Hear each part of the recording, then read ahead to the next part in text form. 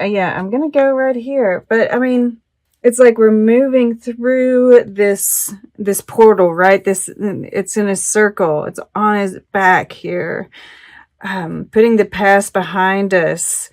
And yeah, it's like even this page of coins. It's like she's walked through this gate. So I feel like there's this new energy coming in. And of course it is a transition. I'm kind of getting a Six of Swords kind of a feeling with this. We do have 1, 2, 3 sixes right here, and then another one right here, which is about harmony. And we've got 2 4s, right? There's this harmony, this stability in the path. And this is about perseverance as well, which we see here. It's like there's these repeating patterns. And this is the heart. And I feel like this is, you, yes, possibly weighed down by the collective energies, but, you're also pushing them behind you. And it's almost like, this is kind of a rite of passage. I'm looking at this emblem, this tattoo on his back. And it's like, you're getting some kind of acknowledgement from spirit here. And there is like this, you're Aquarius. But you've got this, and that would be, the Six of Swords is Aquarian energy. But, this is, you're getting the Sun in Gemini, which is about this change in perspective, right? Being able to look at things in a different way, which is Gemini. That's why they get accused of, I'm a Gemini, get accused of being two-faced. And I'm sure that there are some two-faced Geminis out there. But for the most part, it's just that we can see 2 sides of things. We can hold 2 opposing points of view. And, I feel like that's what's going on here with you. And it's been through all of this that, there's like this big energy here, right? We've got the Hermit, the Hanged Man, Strength. All of this has led to this change in perspective. And this is needed to get through this shift, right? This transition that we're going through. Which is bringing soul healing. And I feel like this is very much on a collective level, this soul healing. And especially with you, right? We see this area lit up here, right? This breaks down to an 8. This heart chakra, which Leo is very much associated with. I'm trying to get out. But, I just feel like these 3 just completely work together.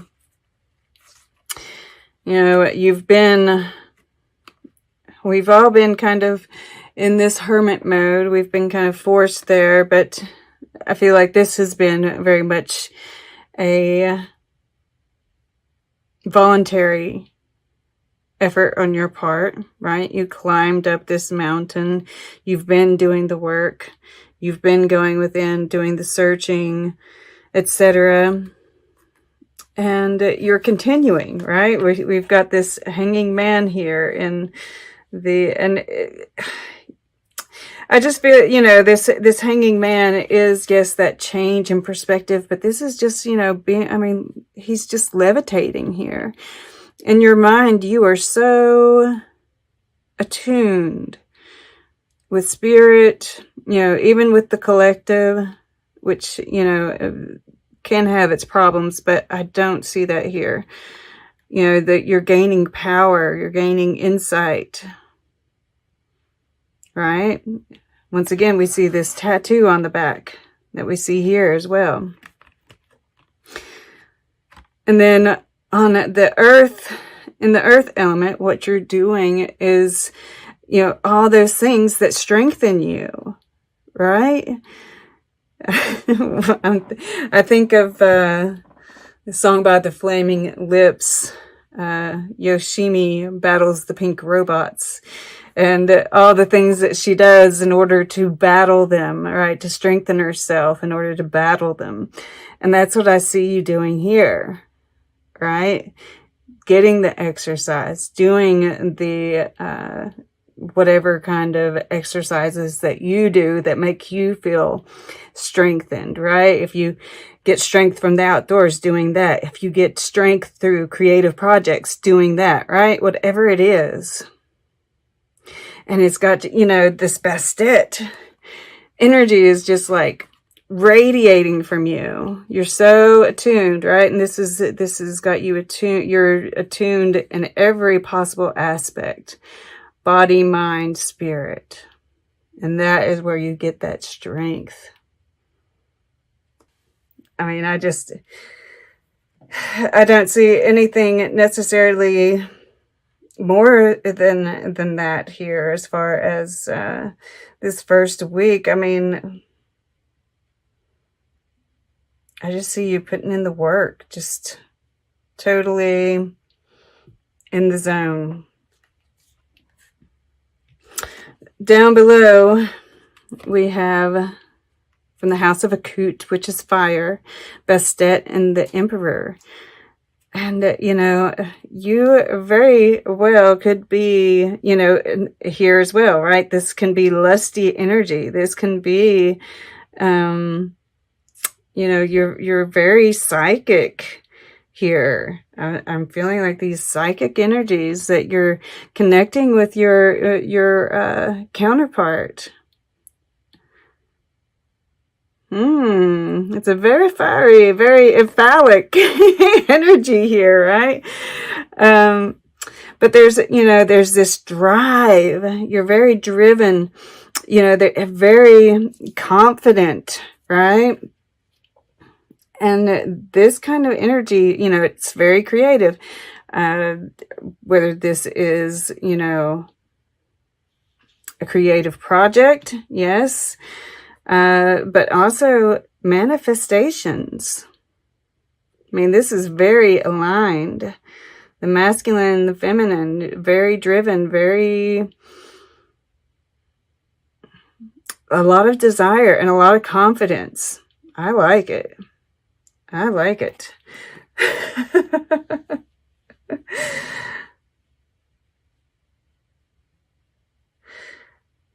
And then above, we have from the House of Pet, which is the heavens, right? That's what I really feel like, this kind of portal energy all through the whole thing.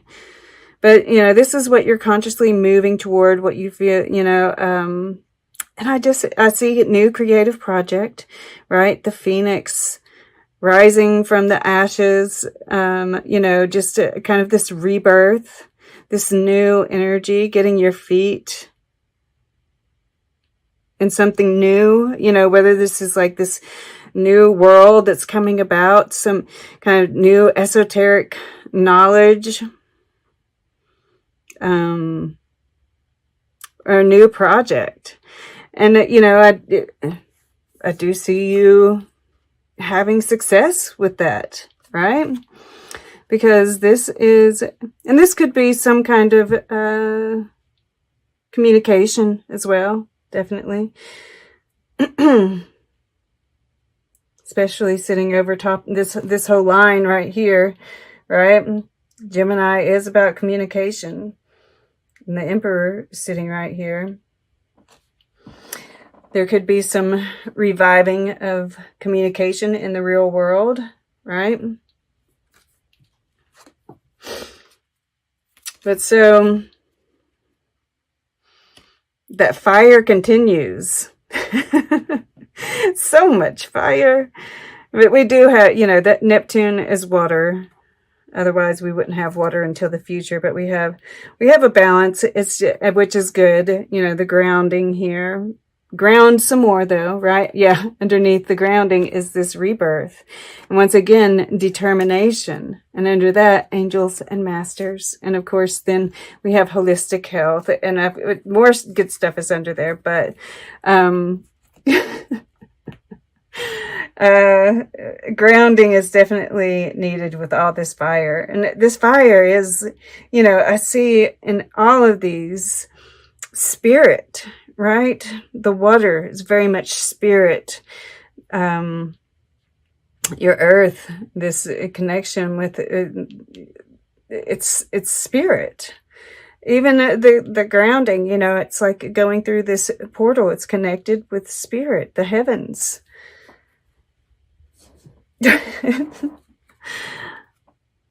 But it's been a hard road, and there's still farther to go.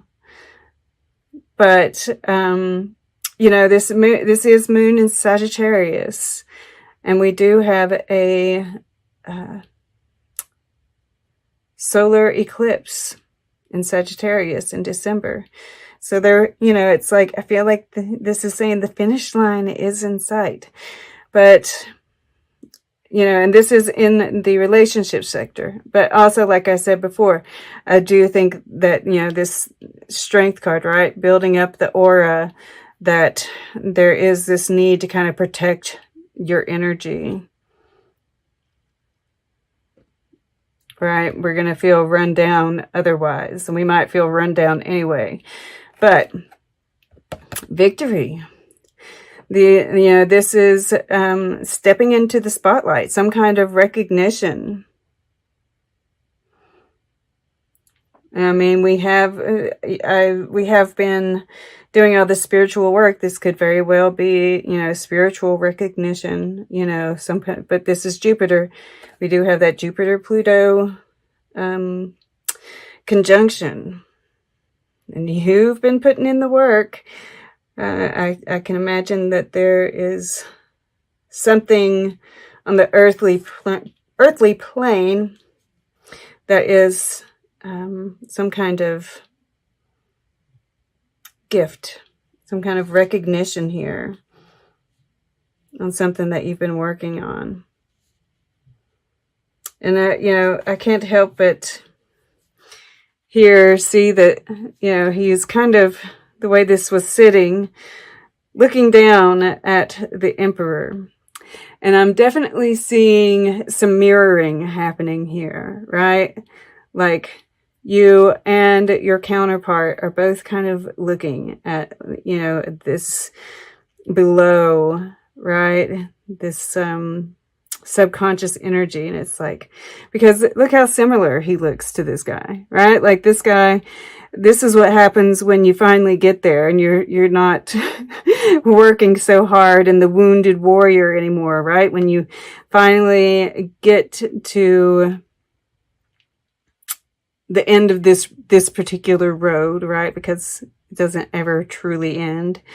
I knew it was going to be that for some reason. Like, even though it's funny. Okay.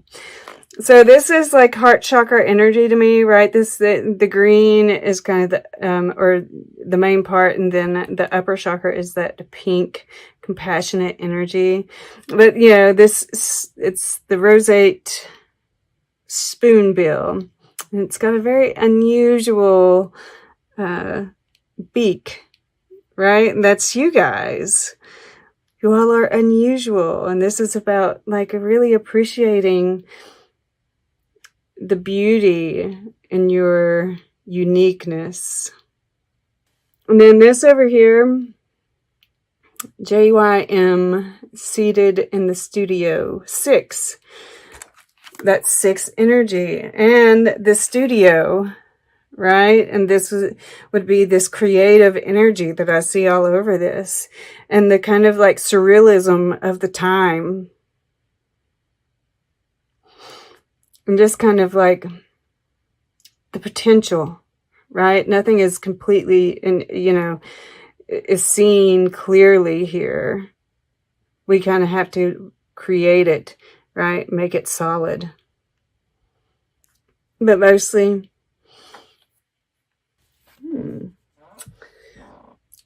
the Deva of eternity, of life and death, is an encounter with the primordial unity underlying all existence.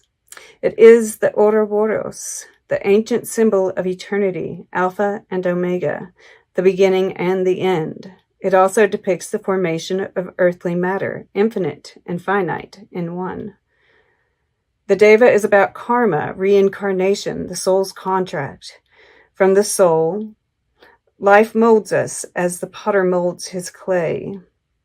And yet, it is important to realize that when we are born, we do not cease to exist in the non-physical dimensions. The non-physical self remains there to guide us and remind us of the greater reality. The Deva's appearance thus can signify the link between our non-physical and physical souls, which are always connected. It can thus indicate an important message from your non-physical self, or a partnership, guidance, or soul connection. Alternatively, it may indicate a repetitive cyclical pattern that you need to be aware of, or issues of life and death. And I don't feel that last part. Like I said, I feel like this is that, I do see, this is like that clay, right? I told you there is this manifestation happening here.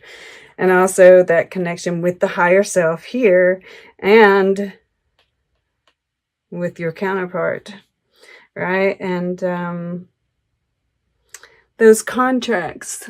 I actually had a dream that I was reading mine and my counterpart. I was sneaking to read his. I'm like, what in the heck? All right. I got caught too. I didn't necessarily get caught, but I didn't get to finish.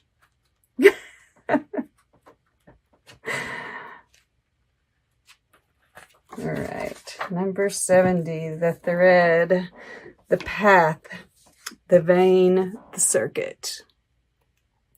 Life is a tangle. So much happens simultaneously and circuitously, leaving us grappling for meaning and direction in a network of distractions. When we connect to the energy of the thread, however, we strike the deepest vein in the body. Our whole being responds to its tug. Meaning is pumped through our bloodstream. Our mind and spirits are lifted. We remember who we are and what we came into this world to do. Though this happens on the most profound level, it could be the simplest incident that activates the thread. A song, an image, a conversation heard in passing. No matter how confusing and multi-layered our modern lives become, if we are connected to the thread, we are free. Being tethered to it is the only anchor our heart requires. It's like, I feel like it's kind of connected to this eternity card, that soul contract, right? It's like it's what's pulling us forward, whether we're aware of it or not. When light, the circuit of meaning within chaos. When dark, binding, frustrating, taut. Go deeper.